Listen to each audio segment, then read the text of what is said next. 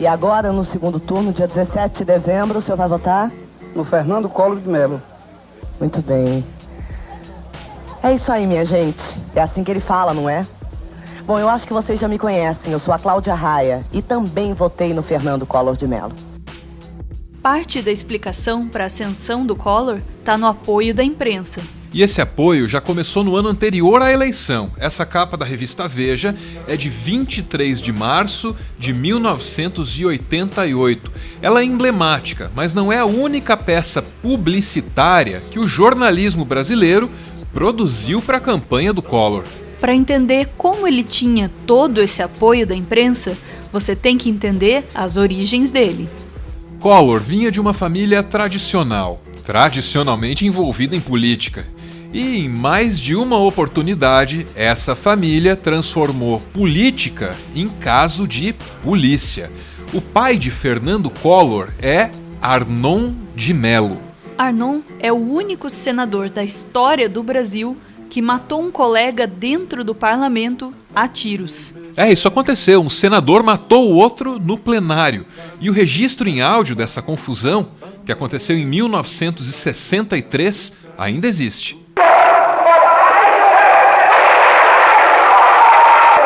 Os guardas retirem do plenário o senhor senador Silvestre Péricles e solicito que também façam o mesmo com o senhor senador Arnon de Mello. A história dos tiros disparados por Arnon de Mello não vem ao caso agora. Tudo que você precisa saber agora é que ele queria matar um cara que era um inimigo local dele lá, chamado Silvestre Péricles, também senador. Só que aí, o Arnon de Mello, pai do Collor, errou os tiros e acabou acertando um outro senador chamado José Cairala, que era do Acre e não tinha absolutamente nada a ver com a história.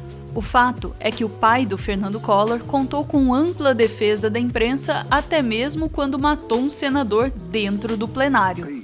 E essa defesa tinha uma razão de ser. Arnon era o dono das Organizações Arnon, um conglomerado de mídia que incluía jornais, emissoras de rádio e até a afiliada local da TV Globo. Sendo um afiliado da Globo, Arnon foi defendido por um editorial do jornal O Globo.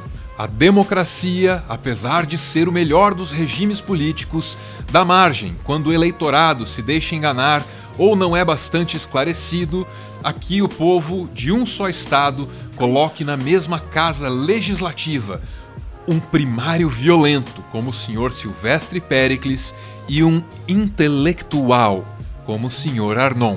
Para pensar nesse texto. O intelectual é o cara que saca a arma. Já o primário violento é o que quase tomou os tiros. A argumentação é toda loucona e só faz sentido quando você lembra que o Arnon era afiliado das Organizações Globo. O filho dele, Fernando, herdou tudo isso. Essa foto foi tirada pelo próprio Roberto Marinho numa visita a Fernando Collor. A foto era boa, mas para ajudar um membro da família Mello, Roberto Marinho iria muito mais longe.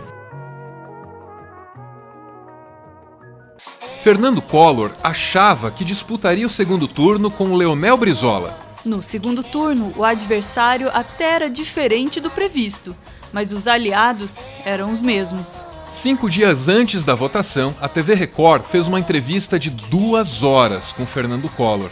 Essa entrevista foi no programa Ferreira Neto. Chegou a ser vista por 800 mil pessoas só em São Paulo. Consta que por trás das câmeras, o apresentador fazia gestos com as mãos, incentivando o entrevistado a aumentar ou a diminuir o tom, orientando, ajudando mesmo o candidato. Essa entrevista era mais uma peça publicitária, mas deixou um registro importante. Foi nessa ocasião que Collor disse que o adversário dele poderia confiscar a poupança dos brasileiros. Aí, depois de dizer isso, veio a última grande atração midiática antes da eleição de 89, o debate na TV Globo. A Rede Globo tentou ajudar. Uma versão editada do debate foi exibida nos jornais da emissora posteriormente, junto com pesquisas sobre o desempenho dos candidatos naquele confronto. A edição desse debate continua sendo um dos momentos mais vexaminosos do jornalismo brasileiro. O caso é citado até hoje nos cursos de jornalismo. Em um documentário, a BBC denunciou a fraude comunicacional e entrevistou profissionais da alta hierarquia do jornalismo da Globo. Profissionais que se viram contrariados, num nível ético, num nível moral e num nível técnico. O resumo do debate foi alterado pelo Alberico Souza Cruz e pelo Ronald Carvalho. Na essência, não houve aqueles critérios básicos que nortearam a edição da manhã. E ficou uma coisa totalmente desbalanceada, o que eu chamo, ficou uma peça publicitária e não um resumo de um debate. Eu, quando fui conversar com o dono da empresa, o Dr. Roberto Marinho, eu disse a ele que eu não vi esse compasso. Se eu tivesse visto, teria impedido que fosse pro ar. A Rede Globo foi infeliz, fez uma edição burra. Mais tarde, a imprensa brasileira descobriria que apoiar o candidato Collor era bem mais fácil que apoiar o presidente Collor. Assim que tomou posse, ele anunciou um plano econômico com o grande objetivo de combater a inflação. Nesse plano, Collor faria exatamente aquilo que disse que não faria. Confiscou todos os depósitos das cadernetas de poupança acima de 50 mil cruzados novos. Esses confiscos que o plano está promovendo sobre a poupança privada não vai desestimular novos investimentos, trazendo consequências desastrosas sobre o nível de emprego e o agravamento dos problemas sociais? Vocês pensaram, tiveram preocupação com esse impacto sobre a economia? Primeiro, eu não usaria a palavra confisco para caracterizar o que está sendo proposto. Nada está sendo confiscado.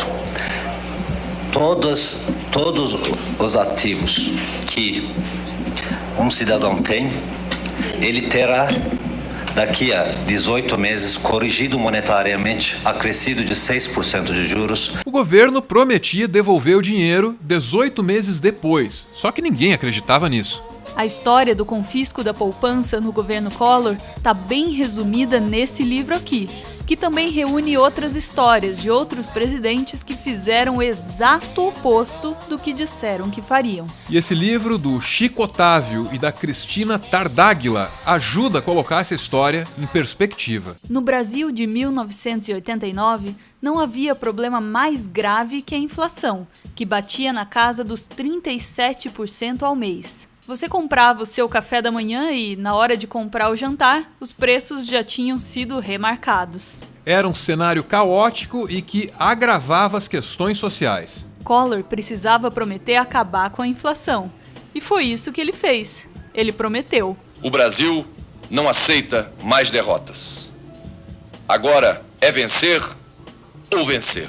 Collor também precisava criar medo em torno da figura do adversário dele, e por isso ele disse que, se eleito, o Lula faria o confisco das poupanças. Ser moderno, minha gente, não é querer tomar o dinheiro que você consegue com sacrifício depositar na sua caderneta de poupança. Ser moderno não é ficar com o dinheiro que é fruto de um trabalho suado e sacrificado, como quer o outro candidato. Mas isso era o Collor em público. Aqui, você descobre que nas conversas com os assessores da campanha, o Collor já falava em mexer no dinheiro privado desde setembro de 1989. Quer dizer, ele estava mentindo na campanha. Aqui na liquidação Jumbo Eletro, todo mundo está aproveitando esta oferta. Conjunto 3 em 1 Nacional 70/70 com caixas de 1.350.000 por 1.249.000 à vista. A história do confisco das poupanças no governo Collor é um alerta sobre duas coisas muito importantes. O primeiro alerta dessa história é sobre a tragédia escondida nas soluções simples, rápidas e milagrosas. Perceba que, pelo menos em tese, o plano Collor fazia sentido. Inflação é preço subindo. Os preços sobem porque tem muito dinheiro circulando. Como acabar com a inflação? É óbvio, é simples. É só tirar o dinheiro das pessoas. Por isso que eu digo, o plano é muito simples, quer dizer, diferentemente dos outros, em que tinha tablita, tinha conversão, tinha um índice diferente, outro índice que mudou e o vetor e sumiu com um pedaço da inflação, esse não tem nada disso. Na prática, a coisa foi bem diferente. Depois do confisco, a economia simplesmente parou. E a burrada era tão óbvia que nem a imprensa, sempre tão amiga de Collor, se propôs a fazer vistas grossas. Os negócios de fim de semana ficam parados em todo o país, no primeiro domingo do plano econômico que muda a vida do brasileiro. Esta é a feira de carros usados do AMB. Todo domingo passam por aqui 20 mil pessoas que querem comprar, vender ou fazer qualquer rolo. Hoje apareceu pouca gente. Eu vim comprar, mas agora no dinheiro não dá mais para comprar. 50 mil cruzeiros não dá para comprar só uma bicicleta agora. O segundo alerta é sobre a retórica nacionalista, sobre a instrumentalização do medo de uma ideologia. Geralmente, esse discurso é usado por quem não tem nada para propor.